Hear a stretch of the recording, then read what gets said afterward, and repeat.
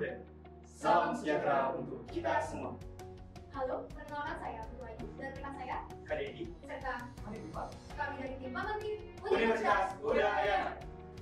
Pada kesempatan kali ini, kami akan membahas hasil analisis kami terkait adanya dugaan fraud dalam klasifikasi sumber kesehatan kota sejahtera. Kesehatan kota sejahtera sebagai pelaksanaan penanganan dalam rangka pencegahan dan penanggulangan COVID-19. Dinas Kesehatan Kota Sejahtera telah melakukan pengadaan barang yang bersumber dari belanja tertunda tahun anggaran 2020. Pengadaan ini dilakukan melalui impor barang dari Amerika ke WTI yang berkedudukan di Korea Selatan dengan senilai Rp19.286.560.600. Namun, dalam proses pengadaan barang ini terdapat beberapa hal yang patut dipertanyakan. Hal ini menyebabkan adanya indikasi fraud yang terjadi dalam proses pengadaan ini.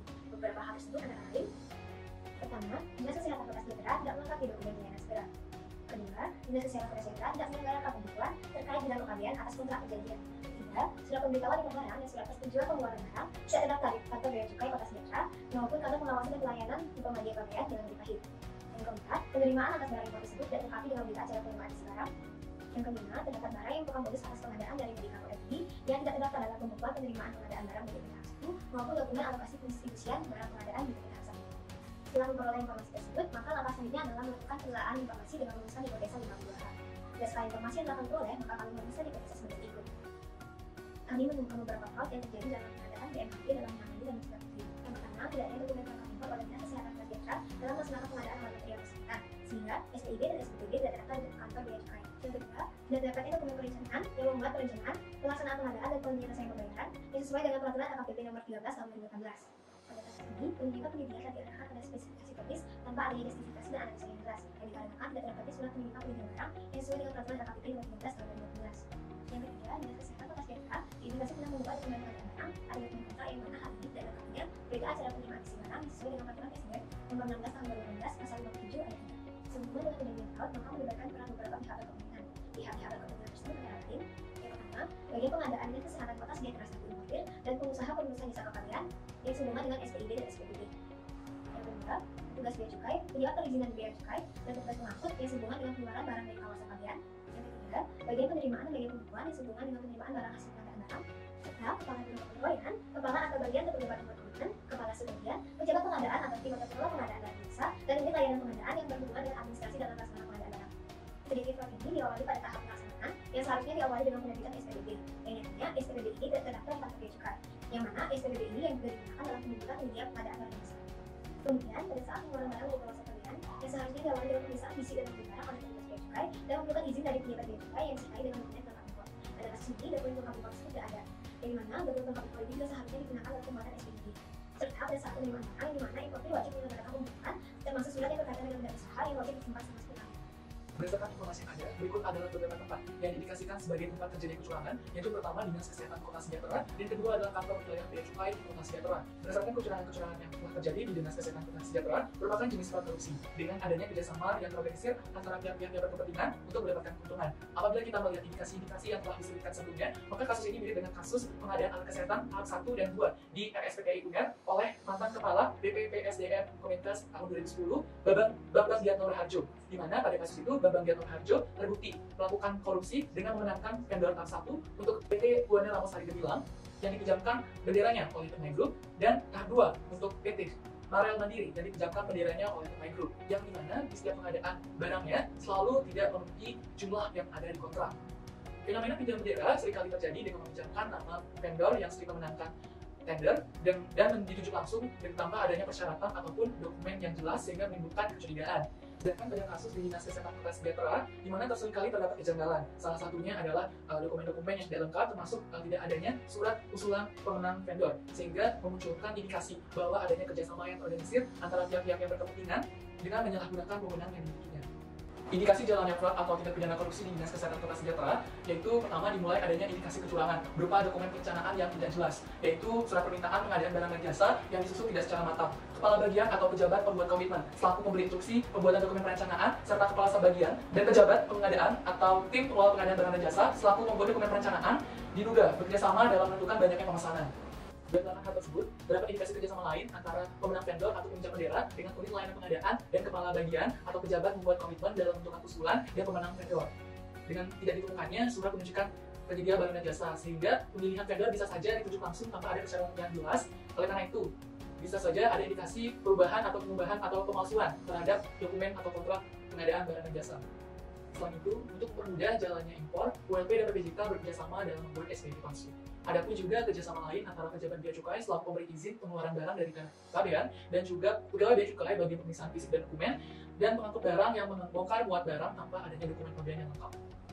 Kerugian negara yang dapat diidentifikasikan akibat terjadinya fraud tersebut yaitu kerugian langsung yang didasarkan atas jumlah kekurangan barang bonus berupa NX48 viral nakit yang seharusnya diterima Labkesda sebanyak 46.080 tes, namun hanya diterima sebanyak 480 tes, sehingga terdapat kekurangan sebanyak 45.600 tes dikarenakan hilang, yang kira-kira dinilai sekitar 126.966 per tes atau sebesar 5.789.649.600 rupiah.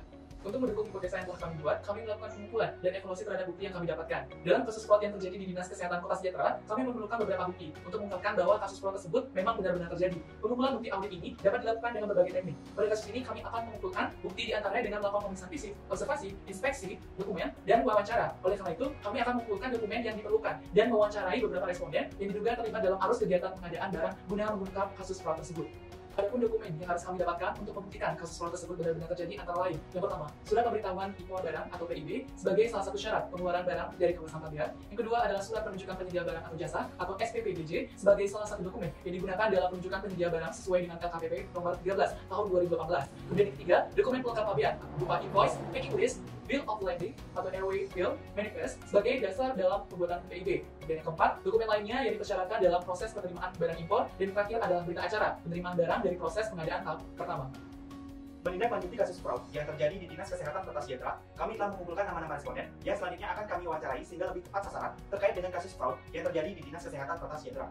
Adapun beberapa nama responden tersebut antara lain, setelah kami menentukan nama-nama responden tersebut, selanjutnya kami telah membuat daftar pertanyaan terkait nama-nama masing-masing responden tersebut. Antara lain, Kepala Biro Kepegawaian Dinas Kesehatan Kota Sejahtera. Terkait dengan kasus fraud yang terjadi di Dinas Kesehatan Kota Sejahtera, Kepala Biro Kepegawaian selaku pihak yang melakukan importir atau pihak yang melakukan perencanaan pengadaan barang dan jasa.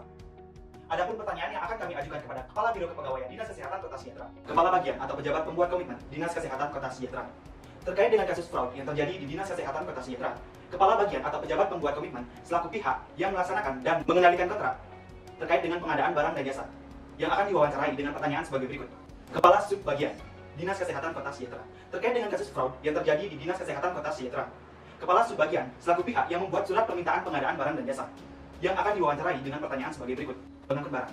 Terkait dengan kasus fraud yang terjadi di Dinas Kesehatan Kota Sejahtera, kami akan mewawancarai pengangkut barang selaku petugas yang melakukan pembongkaran dan pengangkutan barang serta yang melakukan pelaporan terkait dengan SPIB dengan pertanyaan sebagai berikut. Petugas pemeriksa bea cukai. Terkait dengan kasus fraud yang terjadi di Dinas Kesehatan Kota Sejahtera, kami akan melakukan wawancara dengan petugas pemeriksa bea cukai selaku pihak yang melakukan pemeriksaan terhadap barang-barang importir dengan pertanyaan sebagai berikut. Pejabat perizinan bea cukai. Terkait dengan kasus fraud yang terjadi di Dinas Kesehatan Kota Sejahtera, kami akan mewawancarai pejabat perizinan bea cukai selaku pejabat yang memberikan izin pengeluaran barang dari kawasan pabean dengan pertanyaan sebagai berikut. Bagian penerimaan barang Dinas Kesehatan Kota Sejahtera. Terkait dengan kasus fraud yang terjadi di Dinas Kesehatan Kota Sejahtera, kami akan mewawancarai bagian penerimaan Dinas Kesehatan Kota Sejahtera selaku pihak yang menerima barang importir dengan pertanyaan sebagai berikut. Kuasa pengguna anggaran atau KPA. Terkait dengan kasus fraud yang terjadi di Dinas Kesehatan Kota Sejahtera, kami akan mewawancarai kuasa pengguna anggaran atau KPA selaku pejabat yang membuat anggaran pengadaan barang dengan pertanyaan sebagai berikut. Bagian pembukuan Dinas Kesehatan Kota Sejahtera. Terkait dengan kasus fraud yang terjadi di Dinas Kesehatan Kota Sejahtera, kami akan mewawancarai bagian pembukuan Dinas Kesehatan Kota Sejahtera selaku bagian yang melakukan importir dan melakukan pembukuan terhadap pengadaan barang dan jasa dengan pertanyaan sebagai berikut. Pengusaha pelulusan jasa kepabean. Terkait dengan kasus fraud yang terjadi di Dinas Kesehatan Kota Sejahtera, kami akan mewawancarai PPJK yang berhubungan dengan pembuatan SPIB dengan pertanyaan sebagai berikut. Bagian penerimaan barang Labkesda. Terkait dengan kasus fraud yang terjadi di Dinas Kesehatan Kota Sejahtera, kami akan mewawancarai bagian penerimaan barang Labkesda yang berhubungan dengan pembuatan SPIB dengan pertanyaan sebagai berikut. Menyikapi terjadinya kasus fraud di Dinas Kesehatan Kota Sejahtera tentang pengadaan alat material kesehatan BMHP Test Kit 1 dan BMHP Test Kit 2 yang bersumber dari belanja tidak terduga atau BTT tahun anggaran 2020, maka kami memberikan saran dan rekomendasi terkait hasil pemeriksaan audit dan investigatif sebagai berikut. Supaya lebih baik ke depannya, Dinas Kesehatan Kota Sejahtera perlu memperteguh nilai integritas, independensi, dan profesionalisme yang berdasarkan prinsip efektif, transparan, dan akuntabel, karena nilai tersebut menjadi suatu prosedur dasar dalam pelaksanaan pengadaan barang atau jasa. Untuk pengadaan barang atau jasa yang terkait dengan penanganan keadaan darurat, sebaiknya proses pengadaan diperjelas dari proses perencanaan pengadaan, pelaksanaan pengadaan, dan penyelesaian pembayaran yang didukung dengan bukti-bukti yang konkret. Proses pengadaan barang atau jasa dilakukan dengan melakukan identifikasi kebutuhan, analisis ketersediaan sumber daya, dan serta penetapan cara pengadaan barang atau jasa.